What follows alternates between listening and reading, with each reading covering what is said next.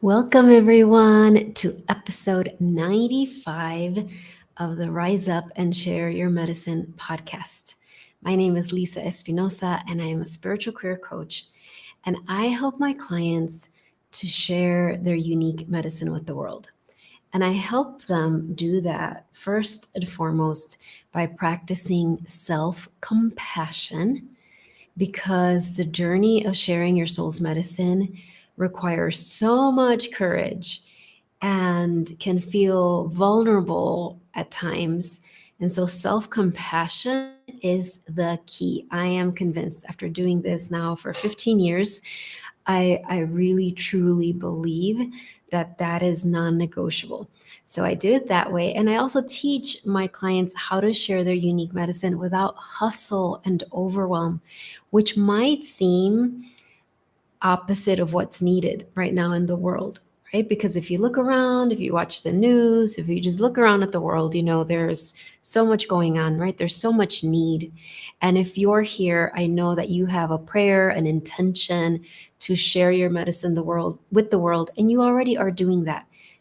And when you're committed to fulfilling your purpose, to sharing your gifts with the most authenticity and integrity, your soul is always asking more, right? Your soul is always guiding you to that next expansion, that next stretch.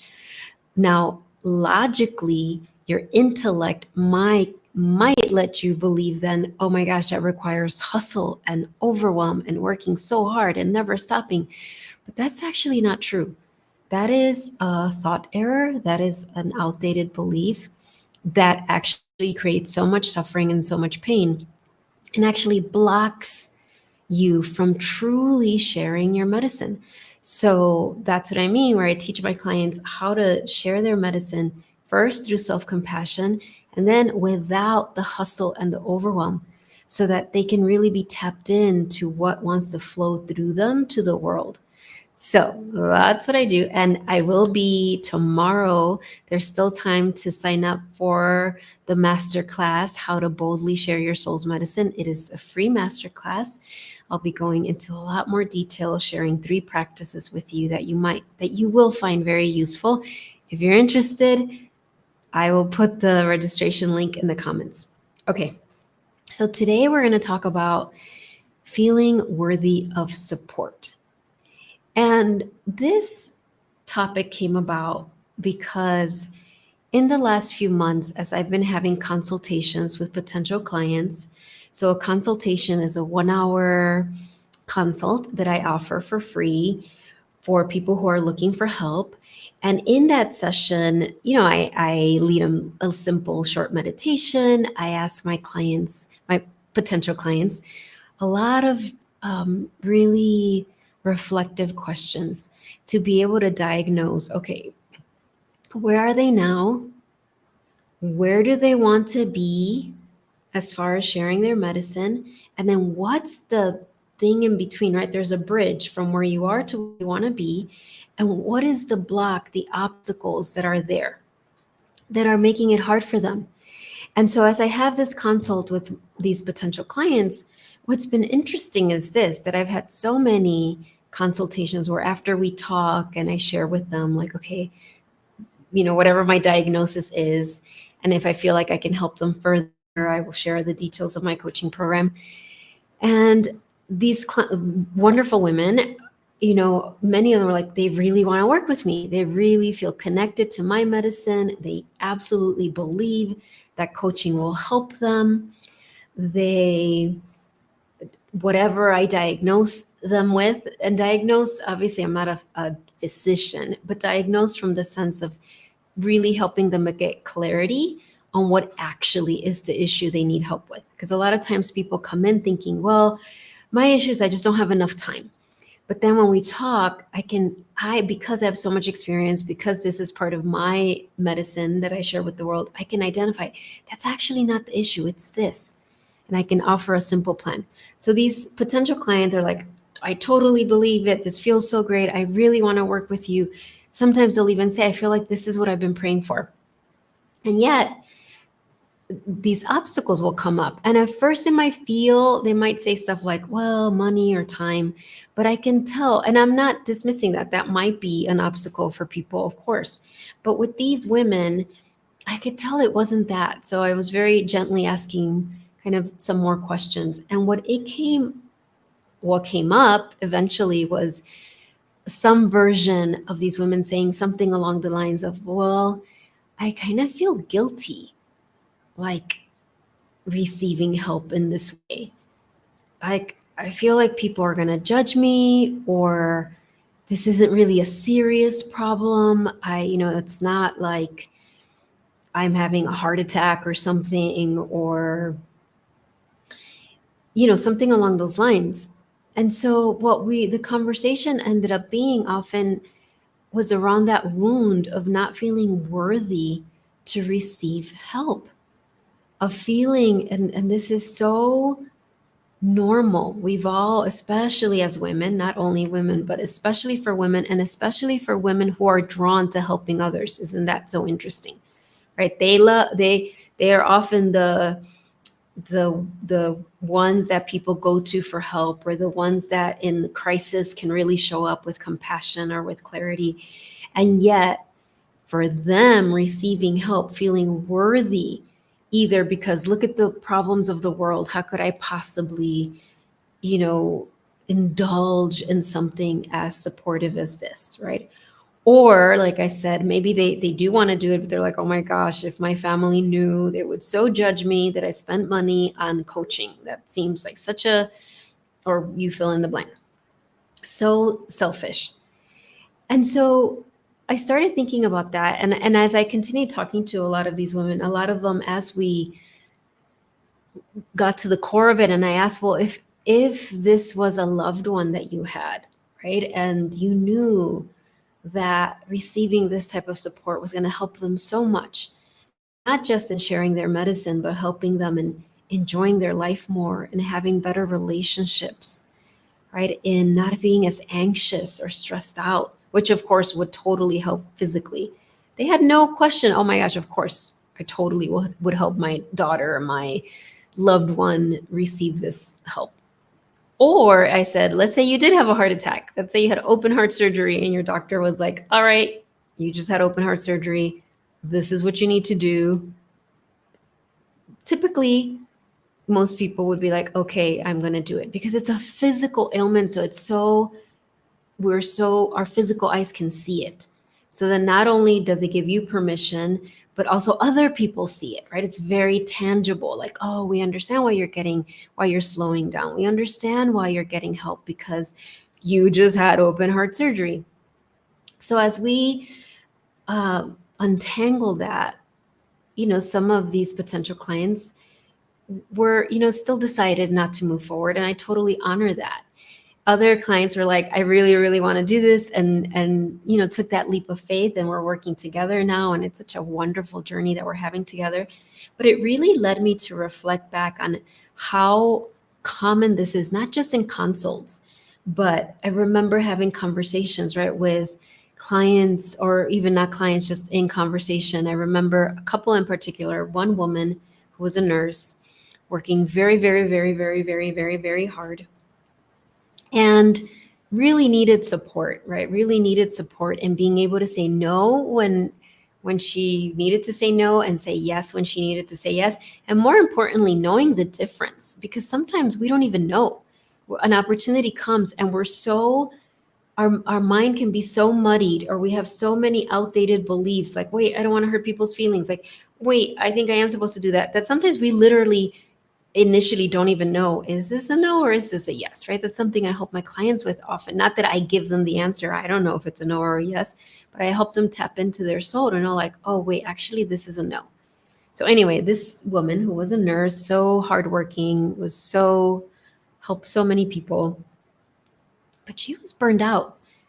Those are her words. She needed to rest, but she just didn't have the tools at her disposal to make that happen. The thought of saying anything, because there wasn't a reason, there wasn't a crisis in her family, there wasn't a physical ailment, because there wasn't, she didn't feel like she could just say, you know what, I just really need to have some time off. And so she literally manifested an accident. And it's not like she said, God, please have me be in a car accident. But she was in a car accident, hurt her leg pretty badly. But she was so happy after this. And I know it sounds like a crazy thing. And I have so much compassion because I've been there in the past for sure. Because she finally had a reason. She finally felt she had enough of a reason to be like, well, literally my leg is broken. I can't go to work. She was happy that that had happened. That was her answered prayer. And I do think sometimes our soul sends us situations like that because our soul knows, like, this is the only way she's going to do it. Like for me, right? I've shared before many times when I got pneumonia for like 3 years, it just kept coming back, kept coming back, kept coming back. And my soul knew, like, this is the only way she's going to slow down. We literally need to make it so even if she walks fast, even if she just moves fast, she's going to just start coughing so much that it was like this, such a tangible way for me to, like, I literally had to slow down. So that's one example.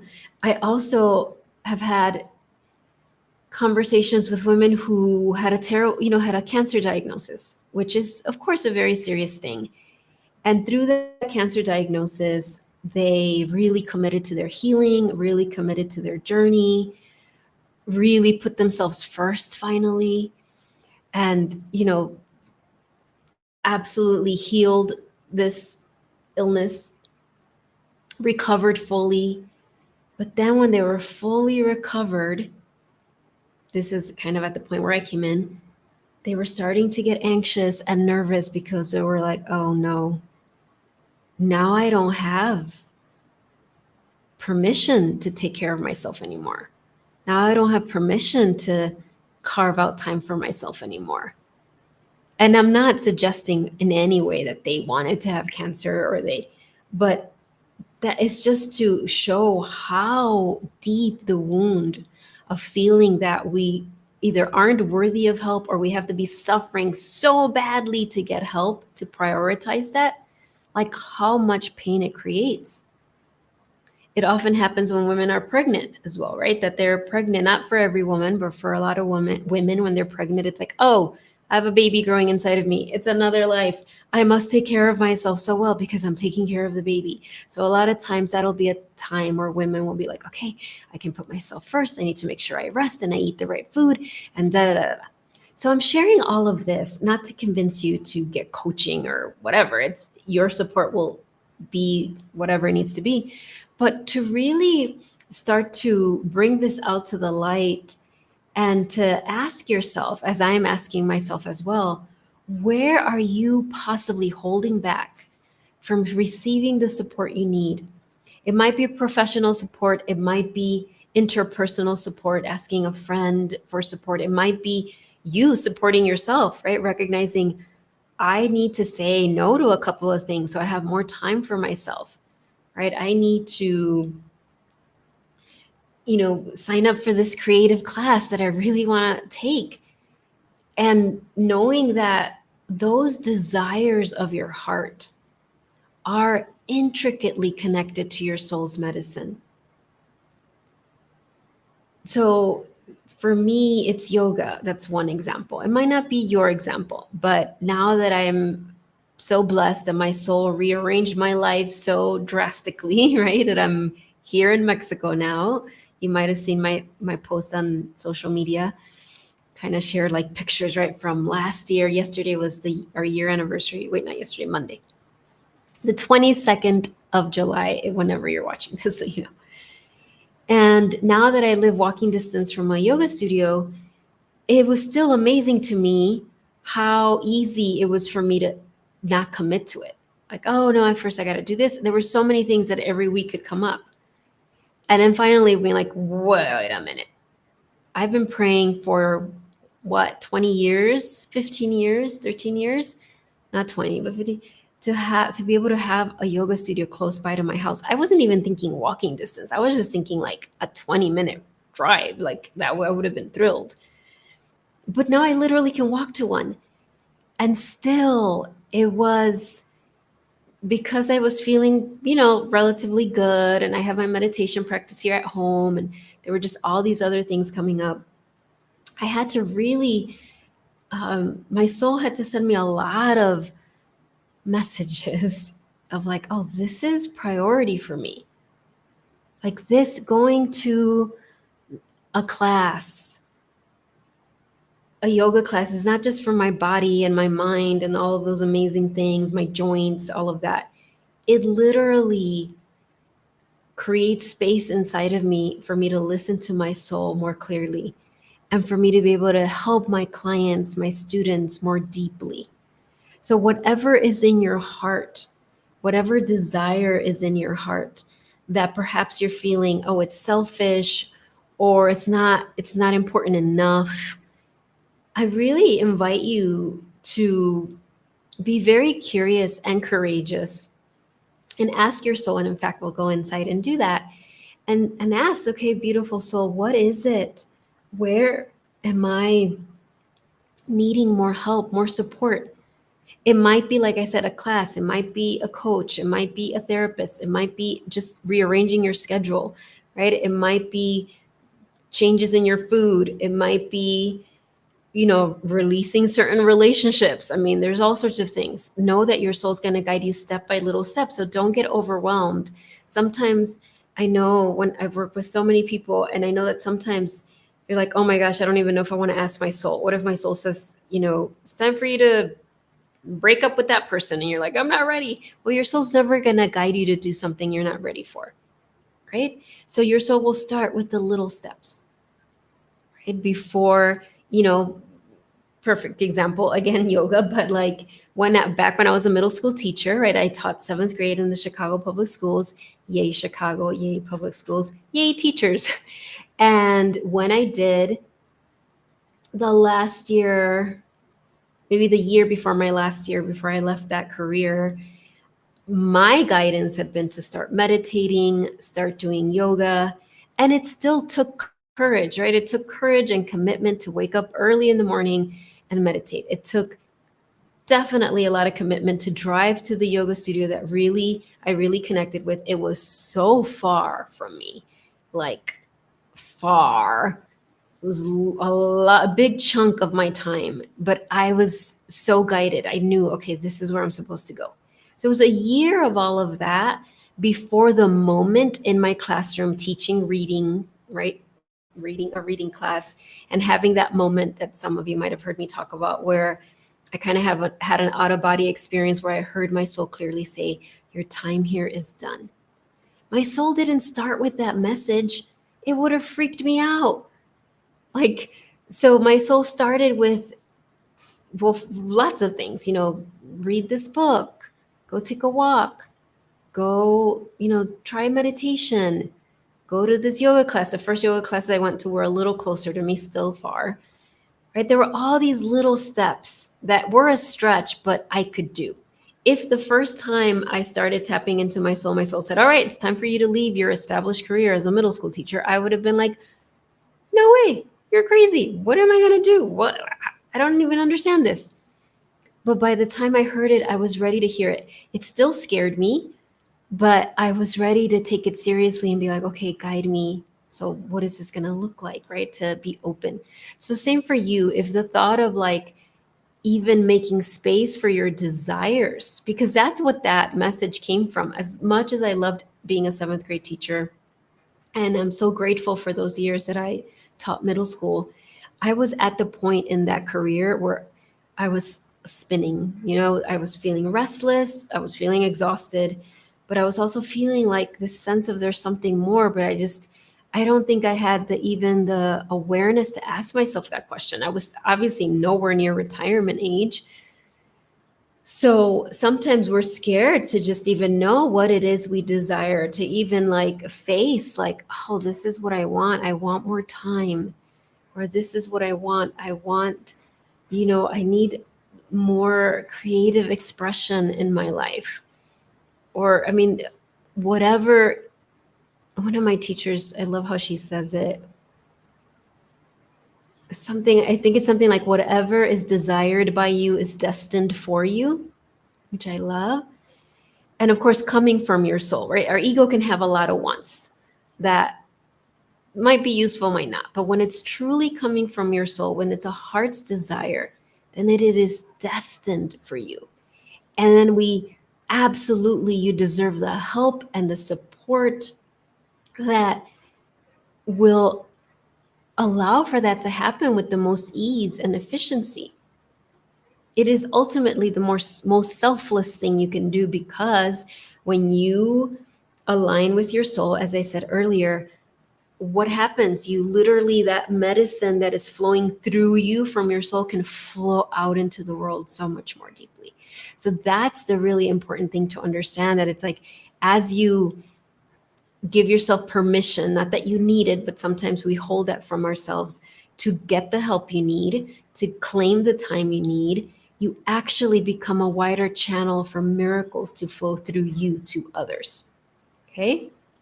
And so, again, tomorrow I will be talking, going more deeply into this teaching of how to share your soul's medicine boldly, right? These 3 practices that I've been working so diligently on distilling it to the simplest form of the practice, so that it is practical and doable for you, but not watered down. I'm so excited to share that with you, Katie. Oh, I'm so glad that you're going to be there. And anyone else who's guided to, please, sign up. It is a free masterclass. The replay is available, although I do encourage you to come live. As some of you know, I often do a giveaway, and this time the giveaway in honor of Mary Magdalene, whose feast day was on the anniversary of me arriving here to live in Mexico, the 22nd of July. I'm going to do a special raffling or giving away a personalized channeled reading all about your soul's medicine, specifically for you. And I usually pull 1 name, but I'm going to actually do 2 this time. So I'm really excited. So if you can attend live, you need to be there live to receive that. I won't do it in the class. I will have your information, and within a week, email you an audio recording of the reading. So let's go ahead and do an inner journey to ask your soul to get clarity on where it is your soul is guiding you to receive help, to receive support, whether it's from an external person, whether it is from your own self, being your own advocate. Maybe it's from a spirit guide, right? Maybe it's Mother Mary saying, hey, you connect with me, but I'm available to help you even more. Ask me help for this, with this. So let's go ahead and tune in. So I invite you to close your eyes and take some deep breaths. Feel the earth underneath you. Take a moment to visualize, or if you can't visualize, that's fine. Just hear my voice saying, roots going down your legs and out the bottoms of your feet, deep, deep into the heart of the earth. Releasing anything that does not serve you, anything that isn't yours. And you don't need to sit and think about it. Just let your soul be in charge of that. And then breathing in through the bottoms of your feet, this beautiful energy of alignment, of clarity, of spaciousness, and let that travel up your legs, up your torso, all the way to the crown of your head, landing back in your heart. And maybe you bring the palms of your hands, as I'm doing, over your heart this way, or just your awareness. And so in your heart center, right at the center of your chest, where I'm placing my hands here for a moment, visualize, imagine, or just hear my voice, follow along with my voice, saying that there's this beautiful light shining in your heart.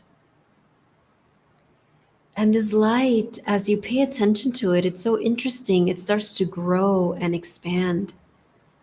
You might feel a little warmth or a lot of warmth. It's okay if you don't feel anything.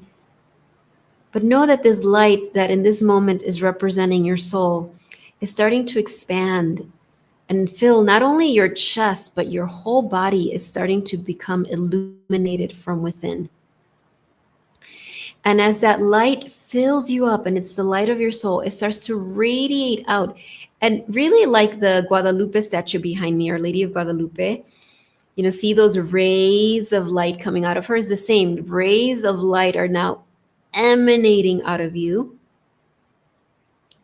And what you're aware of is like, oh my gosh, I'm so connected with my soul. I've said yes to my soul's light, and now my soul is filling me with her light. Now, I just said her, but of course, our soul is beyond gender. So use whatever pronoun feels right for you. It, she, he, they. I'm just going to use her. So your soul's light is filling you with light. Your soul's filling your body with light. And now your soul is almost giving you a vision of what it looks like when you have fully said yes to your soul, to share your soul's medicine. That's how you walk through the world, just radiating your light. Not just in your career, but in your life and how the choices you make in your presence. And so as you're aware of that, now ask your soul this question, beautiful soul, what support do I need in order to make this happen? What support do I need?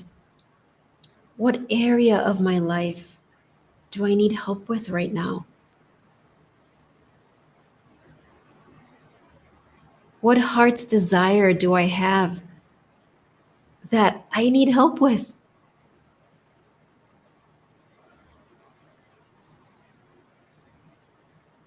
And then ask, beautiful soul, show me, how is this help meant to arrive to me? Is it support that you're getting from your beautiful soul? Which of course your soul's always supporting you, but maybe your soul's like, receive more help from me. Is it support from a divine being, an ascended master, a guardian angel? Ascended Master Jesus, Mother Mary, Kuan Yin, Green Tara, so many others. Is it support from someone in the outside world, a friend, a professional person that somehow knows about what you're needing help with? A coach, a therapist, a mentor, a teacher. Even if you're like, I don't know how to find them, that's okay. Just in this moment, just let your soul show you, guide you. And if you're open to it, ask your soul to send you healing for any feeling of unworthiness or guilt or shame or judgment about needing help. If there's any outdated beliefs that you're like, oh, I shouldn't need help, or oh, there's other people that need it more, or whatever, ask your soul to send you a blessing to heal that up, because you know that as you allow yourself to receive the support that you need, you are going to shine like that image, right? You're going to radiate more light, more miracles, more blessings, more answered prayers out into the world. So receive that download into your heart. Whether you heard the whole words and guidance right now doesn't matter. It's in your heart and it will be revealed at just the right time. And then with great gratitude, we bring the palms of our hands together and know that your soul is thanking you for your courage, for asking. And we bow to each other in our own heart.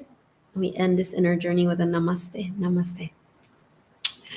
Thank you, everyone. That was so beautiful. If you want to share in the chat or in the comments what came up for you.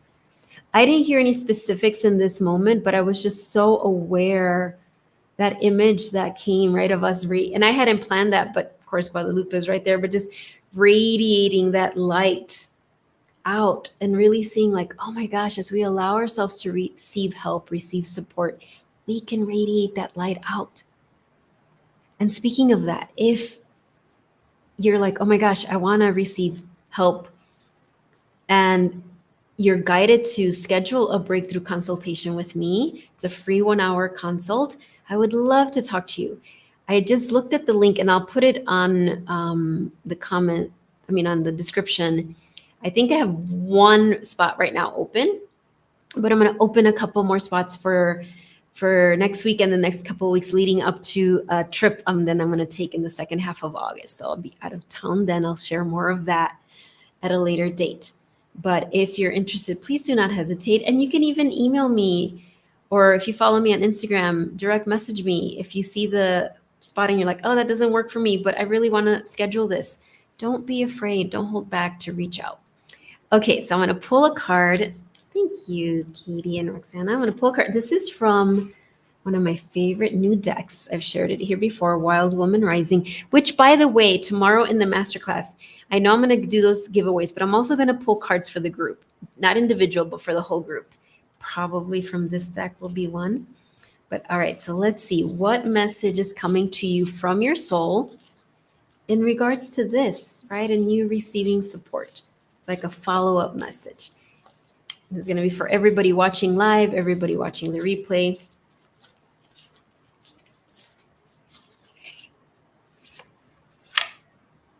Ooh, and we pulled two. Oh, wow. Okay. Two cards came up and they're both kind of giving the same message. So this is really important. First, embrace the interior winter. So what does this mean? I've never even pulled this card. But winter, and there's actually a very beautiful book called Winter Ring. And the interior winter is that time where we are being guided to really go deep within and reflect, be with ourselves, listen to our soul, listen to the different parts of us. It doesn't have to be for months and months and months. It might be days, it might be weeks, it might be a chunk of time during the day. But this is saying embrace that inner winter, because when we do that, that is part of what refines our soul's medicine. And then look at the second card that popped out, like both of them popped out, which is so connected to that, rest deep. So both of these cards are very internal cards. And tomorrow in the masterclass, I will be leading a few meditations. And some of that, honoring that rest, is just going within. You know, what I'm really getting is like, reflect on your day and carve some time out, even if it's waking up earlier or whatever you need to do, where it's like, okay, I'm just going to be here in silence, or put some soothing music and just saying, yes, I want to hear you, soul. So this is not about the rest where it's like, okay, I'm going to watch a movie and distract myself. There's nothing wrong with that. There's times for that for sure. But this is about making space to be with yourself. Okay?